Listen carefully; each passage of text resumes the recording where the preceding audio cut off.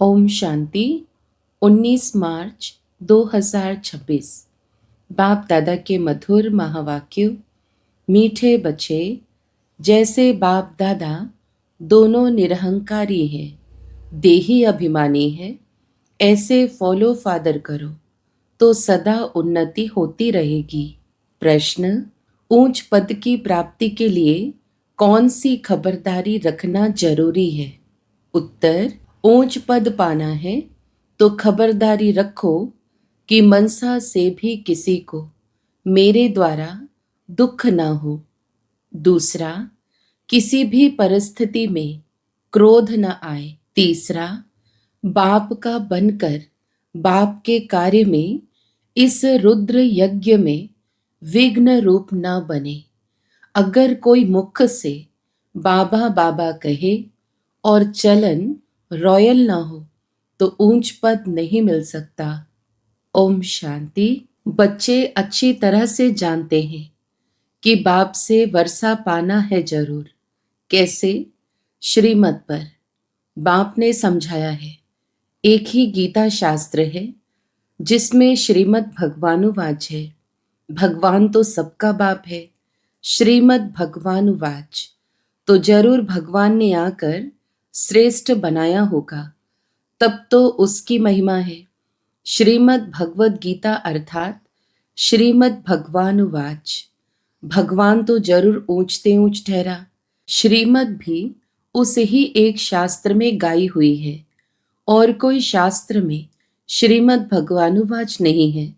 श्रीमद् किसकी होनी चाहिए वह लिखने वाले भी समझ न सके। उसमें भूल क्यों हुई है वह भी बाप आकर समझाते हैं। रावण राज्य शुरू होने से ही रावण मत पर चल पड़ते हैं।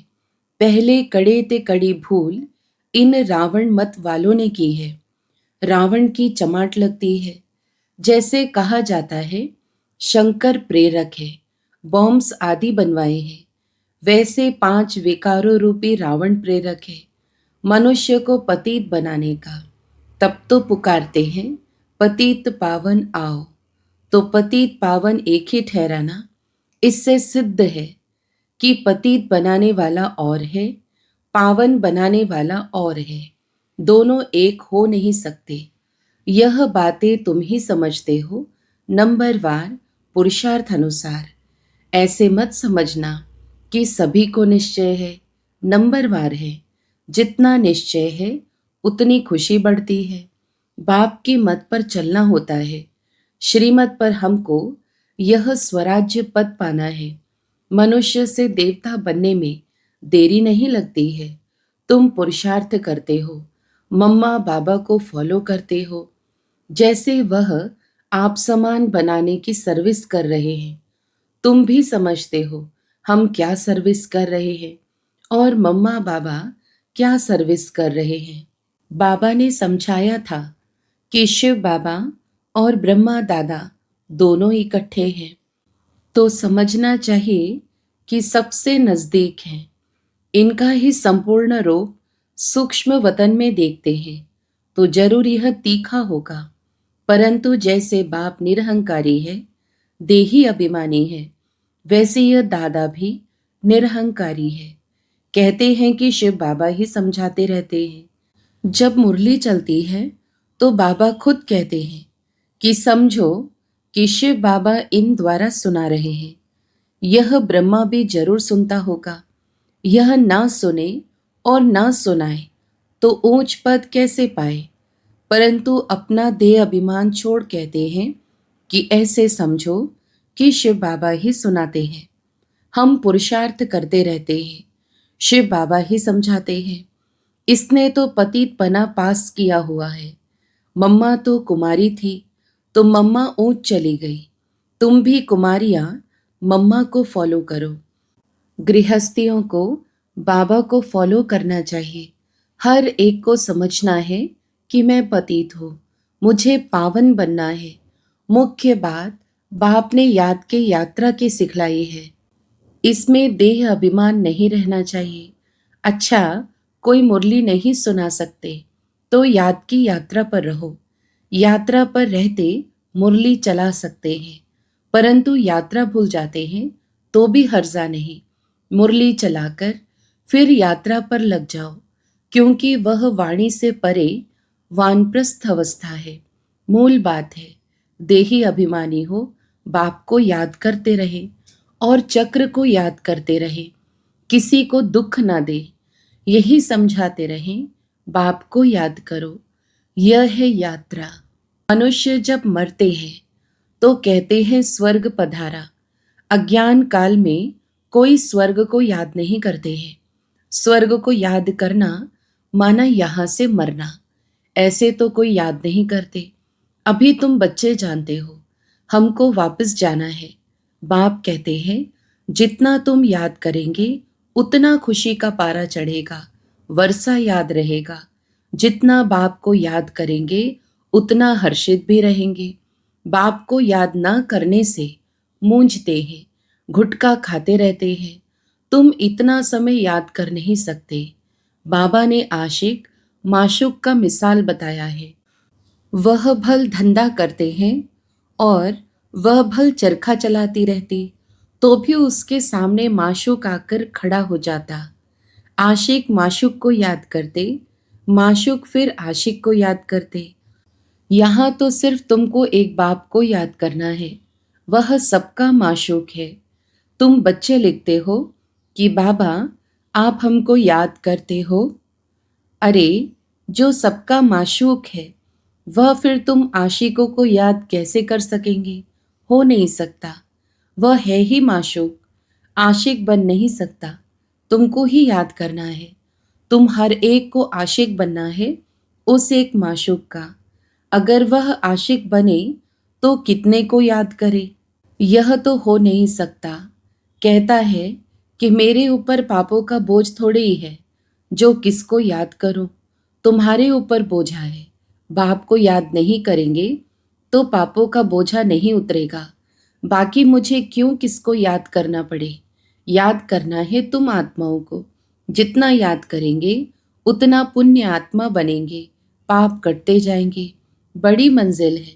देही अभिमानी बनने में ही मेहनत है। यह नॉलेज सारी तुमको मिल रही है। तुम त्रिकालदर्शी बने हो। नंबरवार पुरुषार्थ अनुसार सारा चक्र तुम्हारी बुद्धि में रहना चाहिए। बाप समझाते हैं, तुम लाइट हाउस हो ना, हर एक को रास्ता बताने वाले हो, शांति धाम और सुख धाम का। यह सब नई बातें तुम सुनते हो, जानते हो कि बरोबर हम आत्मा शांति धाम की रहवासी है। यहाँ पार्ट बजाने आते हैं, हम एक्टर हैं। यही चिंतन बुद्धि में चलता रहे तो मस्ती चढ़ जाए।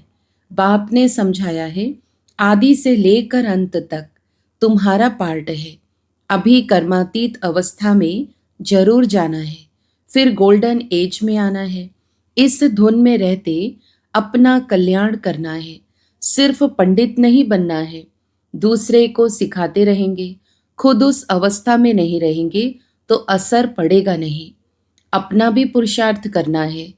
बाप भी बताते हैं कि हम भी याद करने की कोशिश करता हूँ। कभी माया का तूफान ऐसा आता है जो बुद्धि का योग तोड़ देते हैं। बहुत बच्चे चार्ट भेज देते हैं। वंडर खाता हूँ कि यह तो हमसे भी तीखे जाते हैं। शायद वेग आता है तो चार्ट लिखने में लग जाते हैं, परंतु ऐसी अगर तीखी दौड़ी पहने तो नंबर 1 में चले जाएं।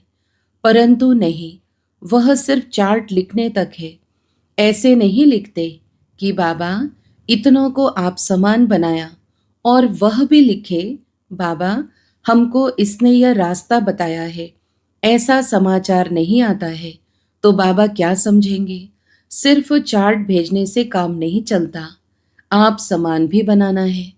रूप और बसंत दोनों बनना है, नहीं तो बाप समान नहीं ठहरे।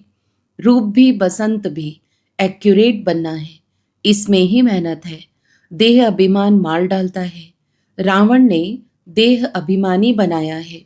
अभी तुम देही अभिमानी बनते हो, फिर आधा कल्प के बाद माया रावण देह अभिमानी बनाती है। देही अभिमानी तो बहुत मीठा बन जाते हैं। संपूर्ण तो अभी कोई भी बना नहीं है। इसलिए बाबा हमेशा कहते हैं कि किसी के भी दिल को रंज नहीं करना है, दुख नहीं देना है। सबको बाप का परिचय दो। बोलने करने की भी बड़ी रॉयल्टी चाहिए। ईश्वरीय संतान के मुख से सदैव रत्न निकलने चाहिए। तुम मनुष्यों को जियदान देते हो, रास्ता बताना है और समझाना है। तुम परमात्मा के बच्चे हो ना, उनसे तुमको स्वर्ग की राजाई मिलनी चाहिए। फिर अब वह क्यों नहीं है? याद करो, बरोबर बाप से वर्षा मिला था ना। तुम भारतवासी देवी देवताएं थे, तुमने ही 84 जन्म लिए। तुम समझो कि हम ही लक्ष्मी नारायण के कुल के थे। अपने को कम क्यों समझते हो? अगर कहते कि बाबा सब थोड़े ही बनेंगे, तो बाबा समझ जाता कि यह इस कुल का नहीं, अभी से ही थिरकने लग पड़ा है। तुमने 84 जन्म लिए हैं। बाप ने 21 जन्मों की प्रालब्ध जमा कराई, वह खाया, फिर ना अर्थात समाप्त होना शुरू हो गई। कट चढ़ते चढ़ते तमो प्रधान कौड़ी मिसल बन पड़े हो। भारत ही 100% सॉल्वेंट था। इन्हों को यह वर्षा कहाँ से मिला? एक्टर्स ही बता सकेंगे ना, मनुष्य ही एक्टर है। उनको यह पता होना चाहिए कि इन लक्ष्मी नारायण को बादशाही मिली कहाँ से। कितनी अच्छी अच्छी पॉइंट्स हैं। जरूर आगे जन्म में ही यह राज्य भाग्य पाया होगा। बाप ही पतित पावन है। बाप कहते हैं कि मैं तुमको कर्म, अकर्म और विकर्म की गति समझाता हूँ। रावण राज्य में मनुष्य के कर्म विकर्म हो जाते हैं, वहाँ तुम्हारे कर्म अकर्म होते हैं। वह है दैवी सृष्टि। मैं रचता हूँ तो जरूर मुझे संगम पर आना पड़े। यह है रावण राज्य, वह है ईश्वरी राज्य। ईश्वर अब स्थापना करा रहे हैं। तुम सब ईश्वर के बच्चे हो, तुमको वर्षा मिल रहा है। भारतवासी ही साल्वेंट थे, अब इंसाल्वेंट बन गए हैं। यह बना बनाया ड्रामा है, इसमें फर्क नहीं हो सकता। सबका झाड़ अपना अपना है, वैरायटी झाड़ है ना। देवता धर्म वाले ही फिर देवता धर्म में आएंगे। क्रिश्चियन धर्म वाले अपने धर्म में खुश हैं, औरों को भी अपने धर्म में खींच लिया है। भारतवासी अपने धर्म को भूलने के कारण वह धर्म अच्छा समझ चले जाते हैं। विलायत में नौकरी के लिए कितने जाते हैं? क्योंकि वहाँ कमाई बहुत है। ड्रामा बड़ा वंडरफुल बना हुआ है। इसको समझने की अच्छी बुद्धि चाहिए। विचार सागर मंथन करने से सब कुछ समझ में आ जाता है।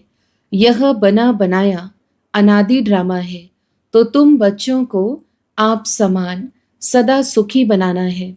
यह तुम्हारा धंधा है, पतितों को पावन बनाना। जैसे बाप का धंधा वैसे तुम्हारा। तुम्हारा मुखड़ा सदैव देवताओं जैसा हर्षित होना चाहिए खुशी में। तुम जानते हो हम विश्व के मालिक बनते हैं। तुम हो लवली चिल्ड्रेन। क्रोध पर बड़ी खबरदारी रखनी है। बाप आए हैं बच्चों को सुख का वर्षा देने, स्वर्ग का रास्ता सबको बताना है। बाप सुख करता दुख हरता है, तो तुमको भी सुख करता बनना है। किसको दुख नहीं देना है। दुख देंगे तो तुम्हारी सजा 100 गुना बढ़ जाएगी। कोई भी सजा से बच नहीं सकता। बच्चों के लिए तो खास ट्रिब्यूनल बैठती है। बाप कहते कि तुम विघ्न डालोगे तो बहुत सजा खाएंगे। कल्प कल्पांतर तुम साक्षात्कार करेंगे कि फलाने यह बनेंगे। आगे जब देखते थे तो बाबा मना करते थे कि ना सुनाओ। अंत में तो एक्यूरेट मालूम पड़ता जाएगा। आगे चलकर जोर से साक्षात्कार होंगे। वृद्धि तो होती जाएगी। आबू तक क्यों लग जाएगी।